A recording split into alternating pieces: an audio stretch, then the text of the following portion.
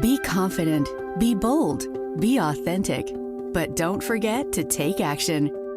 This is Ordinary to Badass, where our stories empower women to step into the spotlight of their own lives and pursue what they're truly passionate about.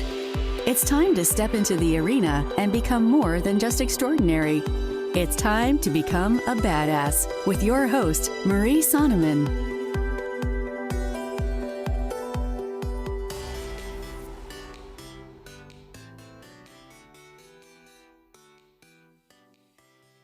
Welcome to Ordinary to Badass, episode number 259. In this episode, you're going to hear from Mr. Bill Ramsey.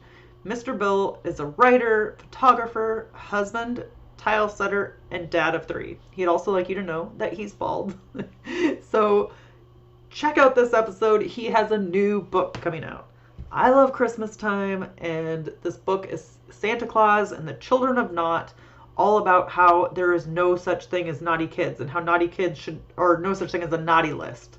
So you get to hear a little section of his book in this episode, as well as hearing his amazing story to become an author, as well as getting his book released and being shown in the light of day. Super exciting. And another reason to listen to this episode, Mr. Bill is so good at keeping me on my toes, and really he turned the tables on me and became the interviewer for a second. So this episode is amazing. Make sure, check it out. And of course, check out his book. With that, let's get to the episode.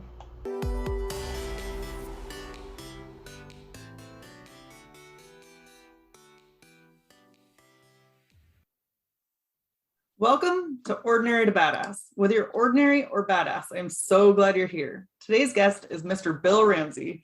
Bill, thank you so much for being here. Excited to have you on the show. Privilege. Thank you so much. I am so delighted to see you again and really honored. Thank you. Thank you. Thank you. Thank you. So before we go any further, I've got to ask you, do you consider yourself ordinary or badass? This might strain our friendship. I think of myself as pretty ordinary. I know that's the wrong answer, but I just think of myself as an ordinary dude. And man, I've been wrestling with this one because I know listening to your show that you always ask that. And is that the wrong answer? I mean, how do people ever just say, yeah, just ordinary? How do coach me, help me here? Well, why do you say that you're ordinary?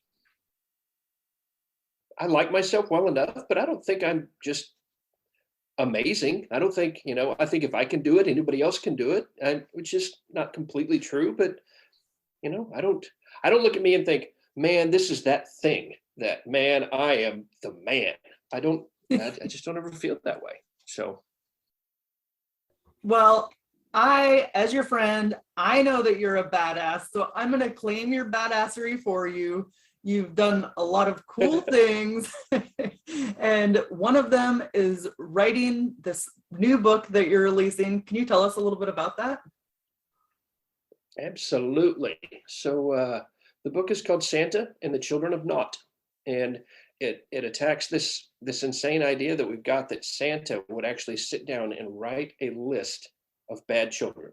Now, I want you to logistically think through this, that Santa Claus, he literally is a saint. Saint Nicholas would sit down and write a list of children that are bad.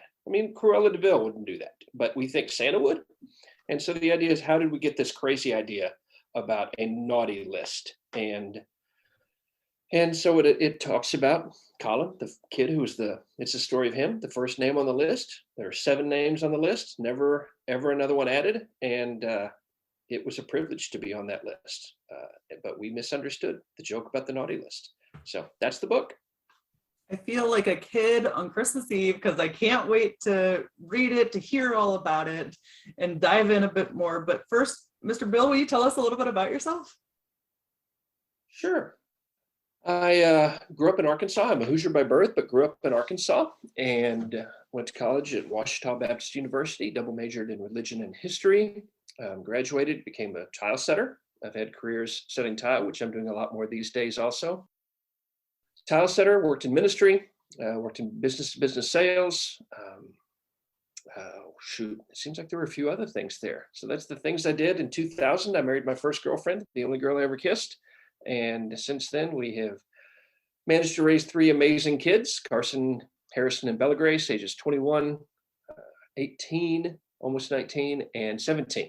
And we live in Canton, Georgia, about 40 miles north of Atlanta. I brush my hair with a safety razor. I like to write. I love asparagus. And for some reason, people have always called me Mr. Bill, like most of my adult life. So that's why I go by Mr. Bill. Yeah, that's funny because like I was thinking about that before we got on the show. Like, no, I just don't think of you as Bill Ramsey. I think of you as Mr. Bill Ramsey. So that's interesting where that came from. And I think I've worked with kids or teenagers virtually my entire career. Oh, as a photographer, that's the big thing. 20 years I was a photographer. How did I forget that one? And so I worked with kids and their moms so much that, they would always refer to me as Mr. Bill. And then when I was in ministry, I was a youth minister. And so teenagers called me Mr. Bill, and it just kind of stuck. And there's the real Mr. Bill in my office behind me, if you can see him hanging there. He's my mentor, my guide. So tell me about this photography thing. How did it come about and what did it look like? So back in Arkansas, in the burbs of Little Rock, where my wife and I were living, we just gotten married, and some friends of ours had started a photography studio. The whole drive up in the studio space and all that kind of stuff. And I'd always had a hobby, or since senior in college, I'd had a hobby of photography. And some friends of ours started the studio. They were going to move, and it's like, hey, why don't you buy the studio? Bill, you love photography. Cherie, you're brilliant at business and sales and all that kind of stuff. Why don't you buy the studio? So we did, and did that for several years, moved into a much larger studio, larger than our home at the time, and had a great run at it, photographing primarily families, women, and children. Had a great time. Early on in that, we happened to have met Santa Claus at a restaurant in Little Rock, and said, hey man, have you ever done photos with kids? And at this point he had said no, he hadn't. And so struck up a relationship with him. Fast forward in 2008, right before the crash, we had closed our studio storefront, which people thought we were brilliant that we saw that coming, which of course we didn't see that coming. We just knew that we didn't need the storefront anymore. And then, continued our work all on location with Santa, photographing families at the beach, and ran that about 20 years, probably in the last year or so, kind of ramped that down. Ramsey Portrait Art was our business, still is our business, but I don't really pick up a camera much anymore. But it was an amazing run, and introduced me to Santa in 20 years of photographing with him and children and seeing truly spectacular magic happen in the shoot room with families and kids interacting with the real Santa Claus. If I had $1 for every time I looked over and I seen mom or dad wiping a tear, I'd be wealthy. And if I had $1 for everyone I had shed a tear on, I'd be even wealthier. So walk us through kind of the behind the scenes, what it was like to stop doing your photography business and how that felt. Like, what was going on inside your head and what made you stop that? So my wife and I moved from Little Rock to Canton, Georgia, I think, beg your pardon, about 11 years ago, and 11-ish years ago.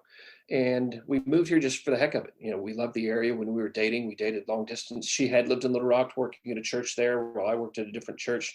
We date. My first girlfriend 3 months later says, I've taken a job in Canton, Georgia as a youth and children's minister. So she moved. This is pre-email and cell phone days. And so we spent 2 years long distance dating. We always loved Canton, Georgia. And so said, maybe one day we moved back. Well, we got into the place where our kids were young. They were homeschooled at the time. More homed than schooled, to be honest. And then, so we moved here. So when we moved to Canton, we were still taking care of our clients in Little Rock for primarily Santa portraits. We would go back every year, set up in someone's home, a big, pretty grand scene, and have our clients meet us there for that.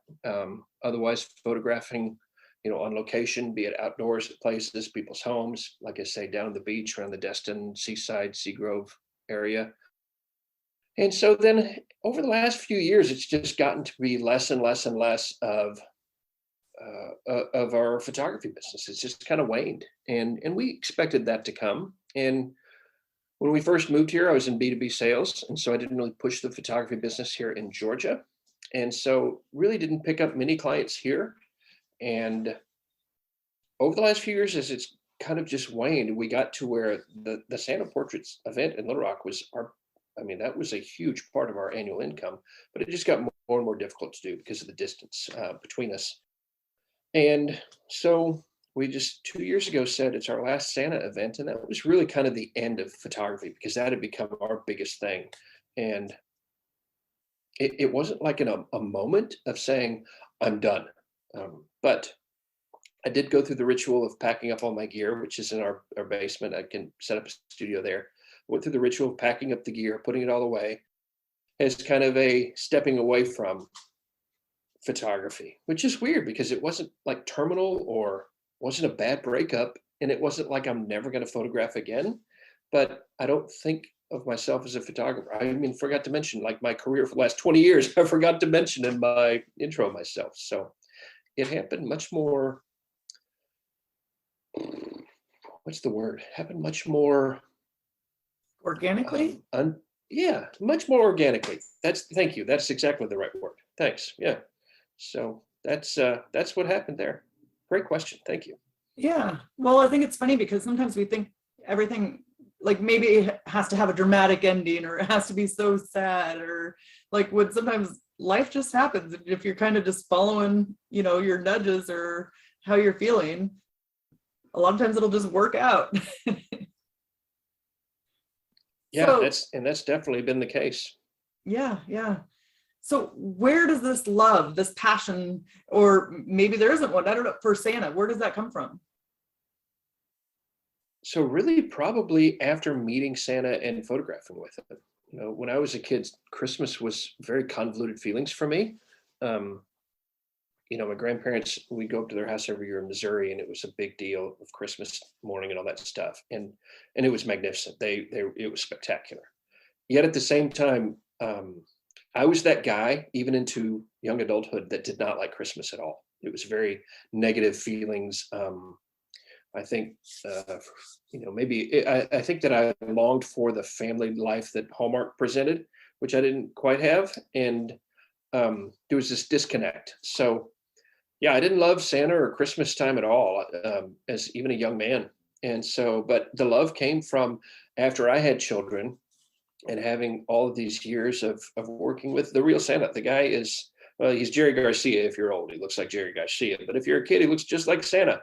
And to know him, he is that love and generosity, and just, I think, the years of developing a friendship with him and seeing just the incredible joy that he was able to bring to so many moms, dads, and kids, and me, that's where the love came from. And seeing the magic for all those years kind of was the idea of how do I spread this love? And that's where the idea, I think, of writing came in. So maybe you just hit on it, but I wanted to ask you about this idea, where Santa Claus and the Children of Naught, where did that come from? So there's been a few Santa stories that I've written over the last few years, and they've never seen the light of day because I felt like the stories had some problems that I couldn't resolve myself. And so I'm sure not going to put that out for anybody else to try to fix for me. But the Children of Naught, I think it just struck me one day of, like, we have this idea that Santa writes a list of bad children. I mean, when you really think of the logistics of taking a pen and paper and writing down bad children, that's a terrible thought. It's terrible. And yet we think this of him. And so I thought, man, where in the world would that idea come from? And I thought, naughty children. I thought, maybe it wasn't naughty children. Maybe it was Children of Naught, N-A-U-G-H-T, children of nothing, that don't have anything, or that are not the smartest or the bravest or the wealthiest or the est or whatever est you want to put on there. They're not that kid. They're just a kid making their way in the world. And so that's where the idea of maybe what we misunderstood, naughty, was not naughty. It was of naught, of nothing. And so that's where the idea came from. I love that, because it does seem like crazy or insane. How are we going to tell little kids that they're naughty, or that they don't deserve the same thing that other kids deserve? Like, that's crazy. Yeah, it is. So would you be willing to read us a little part from your book? Sure. So you're the boss here. So which section do you want? We can read the intro, or I can read about halfway through where we're leading up to the reveal of, is the kind shopkeeper actually Santa Claus? Which one do you want? Let's go for the second one. Let's see if the shopkeeper is Number actually 2. Santa Claus. All right. Well, I'm not going to give that away. That's good. But That's good. But lead up to it. Let's just be honest. All right, here we go. So what's happened is, up to this point, this is chapter 12. We've met Colin, who is an orphan child. We're in an era before electricity, where he is, it's an era where most kids did not go to school except long enough to learn how to read, and then they're out of school. He and other orphan children are working. He does a lot of treat shopping. That was his job for a big factory in town, to burn in the furnace. Skipping a lot of details as far as the disaster that has come, and that he actually accidentally helped cause. So he has just run away. The town is in peril, and this kind shopkeeper, Mr. Marshall, has brought him back to the mercantile store that Mr. Marshall runs, and they're chatting. So here we go. Chapter 12. You ready? Yes. You, Colin, remind me very much. Oh, here I go. All right. Sorry to step on you. You, Colin, remind me very much of a boy I used to know. Must have been a pretty lousy boy, Colin mumbled. No, that's not true. But he was confused. He was an orphan, like you and your friends. This boy was confused and mad at the world. Other kids had more friends, nice things, and big families, but not him. He worked hard like you do because he had to. If he didn't, he wouldn't have anything to eat. What did he do? Did he chop trees? No, but kind of. This boy worked in a coal mine. A coal mine? What's that? Coal is a black rock buried deep underground. The boy worked in giant underground tunnels called mines. He was one of those people who would chop and dig to break off pieces of coal underground in the dark tunnels, then haul them to the top. It was really hard work and dangerous. He didn't like it, but it was the only work he could do. The work blistered his hands and left lifelong scars, like yours. What do people do with coal? Why do they need it? People use it for the same reason you chop trees. It's burned in stoves and furnaces and fireplaces, except it burns much hotter than trees, so it doesn't take as much. Then why don't we use coal here? Mr. Marshall looked very pleased. Smart question, lad. Because we don't have it here. The closest you can find it is in the next country over. What happened to him? The kid. Colin understood this kid. He waited to hear a terrible ending. What happened to him is a story too long for tonight, though I'm sure you've heard parts of it. The old man laughed. What you should know, Colin, is that he didn't work there forever. He discovered that he liked building things, especially toys, and that he loved making children happy. As he grew, he made more and more and more toys. Then he found little friends to make toys with them. Then, as you may have heard, he delivered toys all over the world, the entire world, on Christmas Eve. The old man's eyes twinkled. The lanterns burned brighter and taller. Wait, you're talking about... Colin paused. Mr. Marshall waited. You're talking about Santa Claus. As a kid? Like me? He was an orphan and worked in a coal mine? How did you hear all this? Yet he never forgot his work in the coal mines. He remembered his hard days, and those memories made him love his good days even more. In fact, Mr. Marshall reached into the breast pocket of his coat. He carried a reminder with him the rest of his life. He pulled an old handkerchief from his pocket. It was completely black with dust. Rolled up inside was a piece of coal. He handed it to Colin. The boy studied it. He tried to understand what he believed about Mr. Marshall. When he gave it back, Colin noticed the palms of the very, very old man's large hands. They were rough and covered with scars, like Colin's. Colin's eyes got wide. He looked at the man's joyful face. Your name isn't Mr. Marshall, is it? In this town it is, but I've been called other names. His eyes sparkled. You're Santa Claus. And I stopped there. So good. I love it. I can't wait to get the book and see more about it. I did want to hear, you mentioned earlier that you've written other books, but you haven't published them. What was different about this book? Well, it's a completely different story as far as what I'm looking at here. The naughty list. Where did coal come from? Why would we be so lucky to ever get a lump of coal from Santa Claus? Those elements were not a part of the previous stories. The previous stories, my primary story problem was it was again a story of Santa Claus and a child, but my biggest story flaw was I could not identify who was the lead character. Was it Santa Claus or was it the child? And I had not constructed the story well enough to answer that question.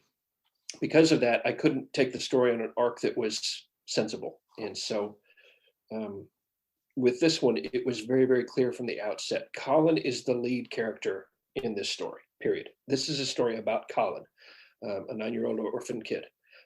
Santa is a side character to that, although we learn a great deal about Santa through it. So I think those are the primary differences. So how does it feel to finally be able to release the book to the world? That has been a whirlwind. I'm not going to lie, and you can. I'm sure you can completely identify with this feeling of something. Like when you birthed this book of your own not long ago. It's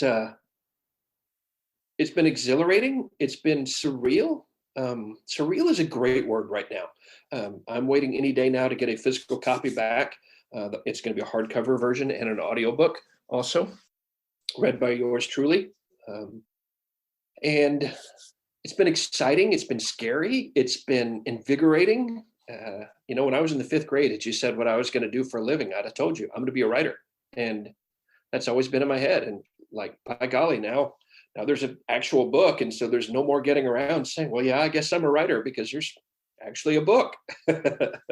Yeah. So it's been a whirlwind. And I'm certain that like a few days ago, I had a package arrive and I thought it might be the first proof copy, hardbook copy. Yeah. And I welled up and my chest got tight and I'm like, my eyes are welling with tears. And I'm like, is this it? It was not it. But it was a preview of, I'm sure, how it will be when the physical thing is actually in my hands.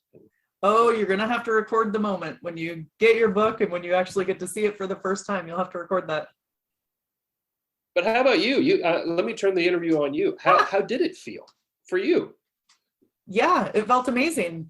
Kind of like you said, I had wanted to be an author since I was a kid. And as a kid, I did a program called Young Authors.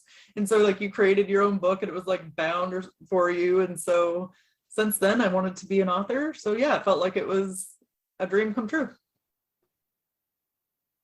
So how did things change for you after publishing the book? More just like gets me excited to write more and to publish more books. I don't know that anything changed other than it was something that I had always identified myself with. But, then I did the thing that I always wanted to do. So like, it made me feel more like, okay, I'm at home now,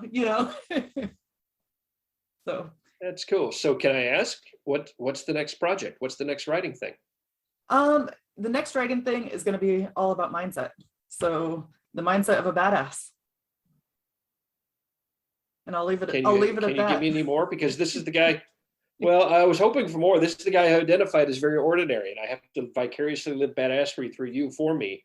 So anyway, I want to ask you for too many teachers. Okay. It's your show. I will give you back the reins of your own show, which is very... In case you don't know, Mr. Bill is very funny. And so he will say that he's ordinary because he's a jokester. That's what I'm going to say. But actually, he's very badass. Sure, I'll take it. Okay. That's kind of you. Thank you. When does your book come out?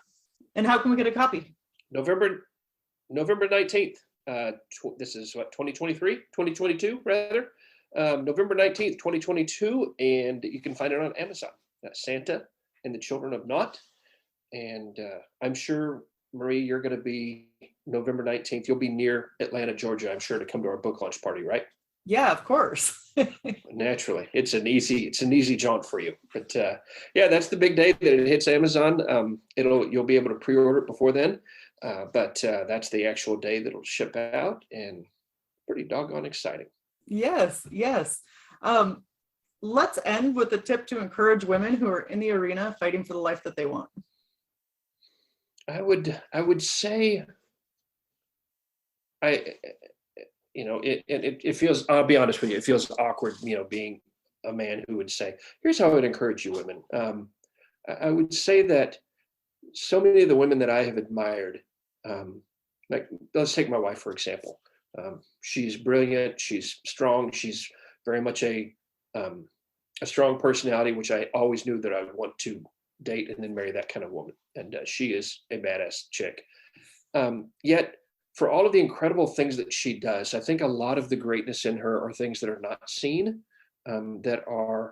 most of it is behind the scenes. Most of it is subtle. Most of it is, it will never win an award. It will never, it's the kind words that she speaks. It's the acts of service that she does that are never going to be out there for anyone to notice. But I feel like that's most of life. And I think most of the incredible badassery that she exudes is it's never going to make the cover of a magazine, but it makes the lives around her a million times better. And so I guess I would encourage anybody listening that if you feel like you're toiling away in silence, and that there's no ticker tape parade, there are people that see that, and they appreciate it. And even if they don't appreciate it now, I think there will be a day that they realize just how much you really did and how much it made the lives around you better.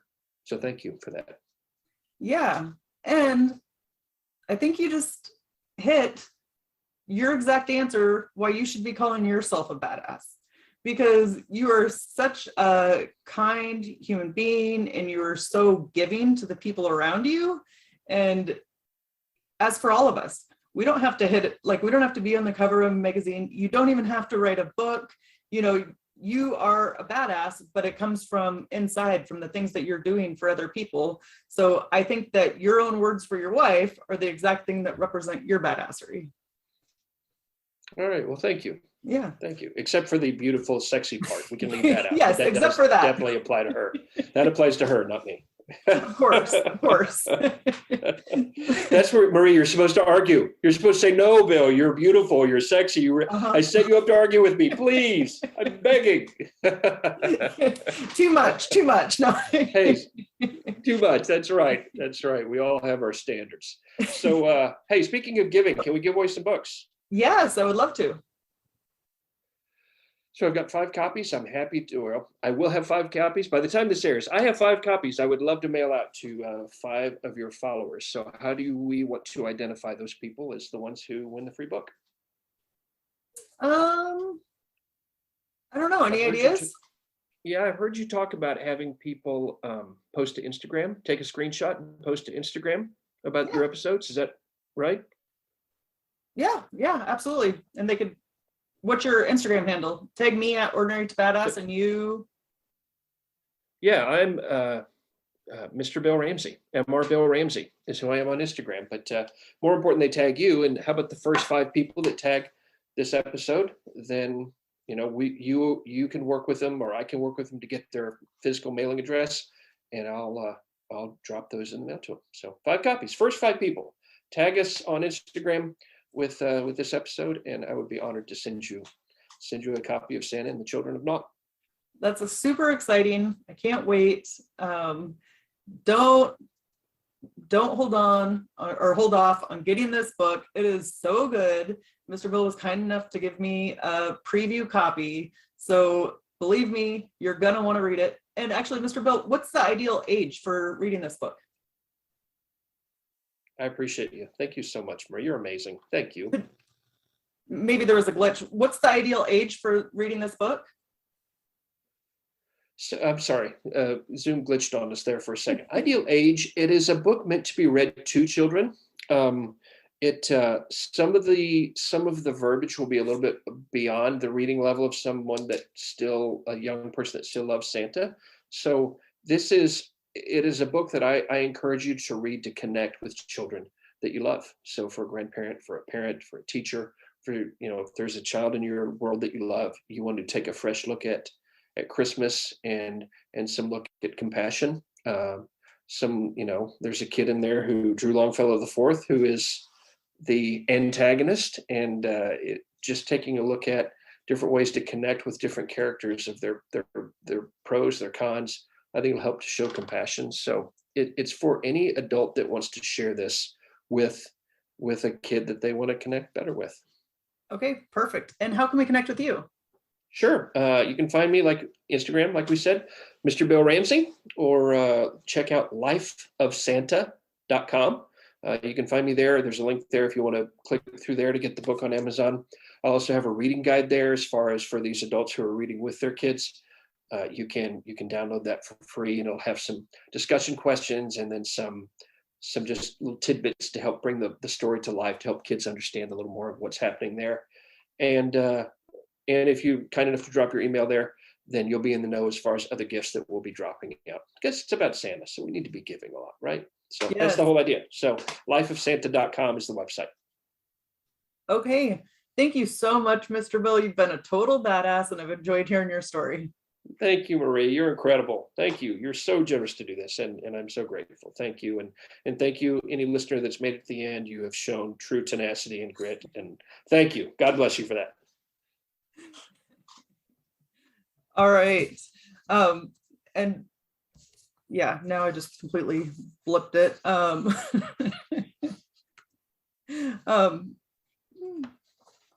Okay. So I recently saw your post on Instagram, by the way, about when you're a new podcaster versus a seasoned one. And I used to host a photography podcast, and I had like 200 episodes. And boy, those first 50, man, they were clean. There were no mouth pops. There was no ums. They were clean. And then after that, I'm like, this is dumb. What am I doing? So you get to the end, they just roll as they roll. Yep. All right. Yeah, no, my mind just completely went blank. But with that, we'll end our show. To all the badass women out there staying in the arena, wherever you are, whatever you're doing, own it and get after it.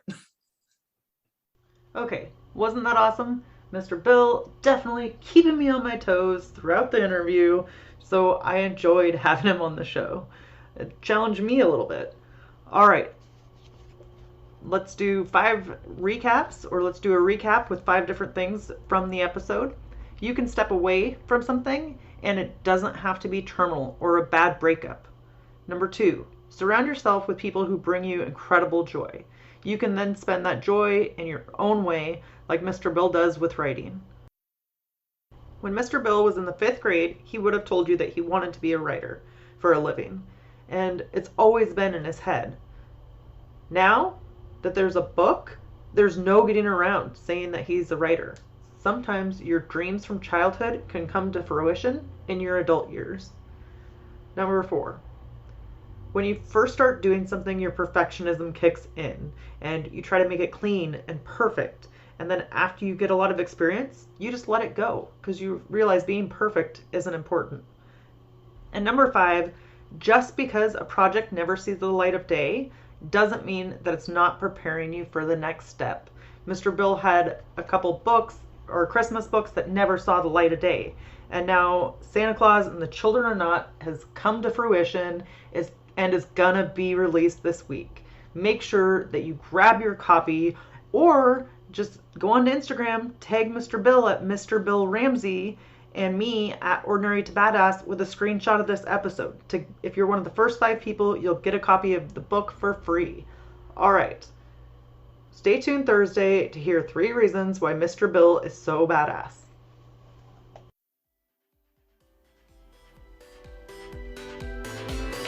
Now that you've listened to this episode of Ordinary to Badass, we want to hear from you. Go to our website, ordinarytobadass.com/podcast, and submit your own experience on how you took your life from ordinary to badass, and get the chance to be on a future spotlight episode of the show.